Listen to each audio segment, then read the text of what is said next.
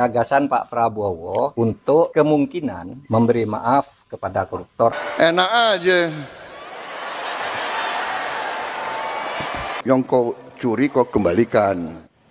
Benar-benar luar biasa. Pada saat ini, Pak Presiden Prabowo Subianto menunjukkan kredibilitas serta menjawab sebuah fitnahan-fitnahan kejam terhadapnya, terutama terkait memaafkan koruptor. Pak Presiden Prabowo Subianto menyayangkan pernyataannya terkait penanganan kasus korupsi di Indonesia dipelintir, dan ironisnya orang-orang yang mempelintirnya adalah orang-orang yang notabene memiliki gelar yang sangat tinggi, gelar akademik yang mumpuni, namun ternyata tidak bisa sama sekali dalam hal menanggapi informasi. Tentu saja ini sebuah ironi tersendiri di negeri Indonesia kita tercinta. Pak Presiden Prabowo Subianto saat ini menjawab bisa dibilang tudingan dari Mahfud MD dan kemudian disambut gemuruh oleh para rakyat Republik Indonesia yang memang tahu betul akan niat baik Pak Prabowo bagi bangsa ini. Tentu saja kita harus menyimak informasi ini hingga tuntas karena bagaimanapun juga ini adalah sebuah kewajiban bagi kita semua untuk melihat bagaimana pemimpin kita membasmi para tikus kantor. Gagasan Pak Prabowo untuk kemungkinan memberi maaf kepada koruptor. Enak aja. Yang kau curi kau kembalikan. Bukan saya maafkan koruptor, tidak. Hai para koruptor atau yang merasa pernah mencuri dari rakyat, kalau kau kembalikan yang kau curi, ya mungkin kita maafkan. Gagasan Pak Prabowo untuk kemungkinan memberi maaf kepada koruptor asal mengaku secara diam-diam dan mengembalikan kepada negara secara diam-diam. Itu kan salah. Ada yang mengatakan Prabowo mau maafkan koruptor. Bukan begitu. Kalau koruptornya sudah tobat, bagaimana tokoh-tokoh agama? Iya kan? Orang bertobat tapi kembalikan dong yang kau curi.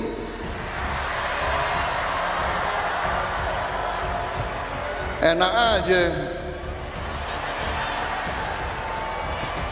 Udah nyolong, aku bertobat.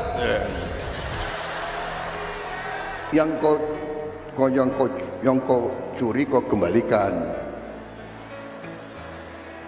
Bukan saya maafkan koruptor, tidak.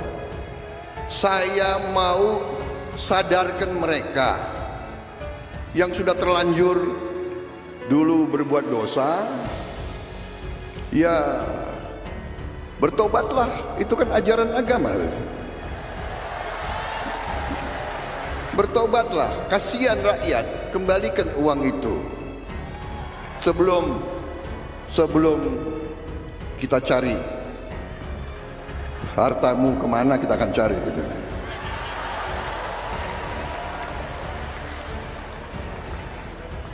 Saya sebagai anak bangsa Indonesia, saya yang disumpah di hadapan Yang Maha Kuasa, saya bertekad dengan seluruh kekuatan yang ada di jiwa dan raga saya akan berjuang menjaga segala kekayaan Indonesia.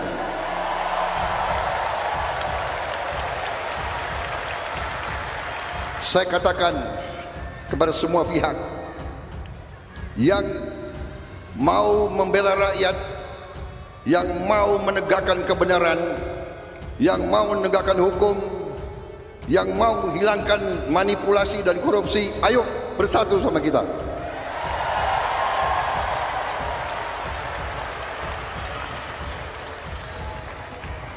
Rakyat menuntut pemerintahan yang bersih. Saya ulangi, rakyat menuntut pemerintah yang bersih.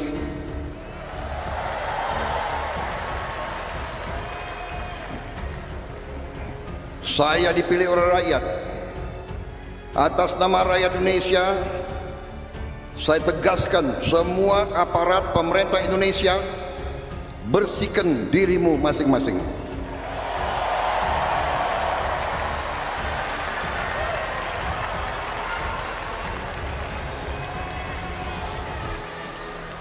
Ada yang mengatakan Prabowo mau maafkan koruptor. Bukan begitu. Kalau koruptornya sudah tobat, bagaimana tokoh-tokoh agama? Iya kan? Orang bertobat tapi kembalikan dong yang kau curi.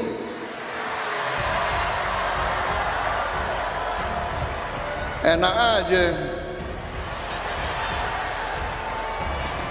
Udah nyolong, aku bertobat. Yang kau curi kau kembalikan. Bukan saya maafkan koruptor, tidak. Saya mau sadarkan mereka yang sudah terlanjur dulu berbuat dosa, ya bertobatlah, itu kan ajaran agama. Bertobatlah, kasihan rakyat, kembalikan uang itu. Sebelum kita cari hartamu kemana, kita akan cari gitu.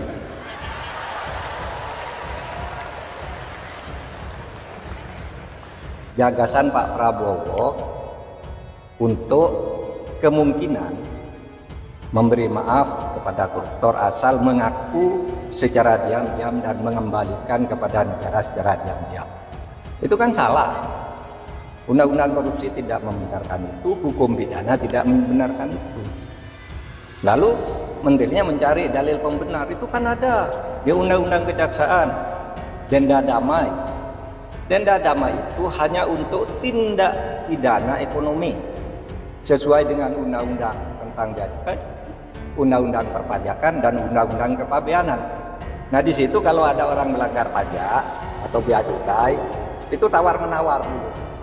Oh, kamu seharusnya bayar 100 miliar, kok hanya membayar 95. Nah, sekarang yang 5 ini dikalikan berapa? Itu namanya denda damai. Dan itu jelas. Ada mekanismenya, yaitu dibuat oleh instansi terkait, dalam hal ini Kementerian Keuangan, lalu minta izin Kejaksaan Agung. Minta izin Kejaksaan Agung, jelas tuh prosedurnya, angkanya jelas, tidak diam-diam. Nah, sekarang dinaikkan kewenangan ini, Jaksa Agung boleh menerapkan denda damai tanpa usul dari instansi terkait. Tetapi itu tetap tuh undang-undang tindak pidana ekonomi, yaitu untuk kepabeanan, untuk pajak, dan untuk tadi bea cukai. Itu diatur di dalam pasal 35 Undang-Undang Kejaksaan Agung yang terbaru. Dan itu jelas di dalam pasal 35, dan penjelasannya itu hanya untuk tindak pidana ekonomi tertentu. Korupsi tidak masuk. Oleh sebab itu, menyongsong tahun baru,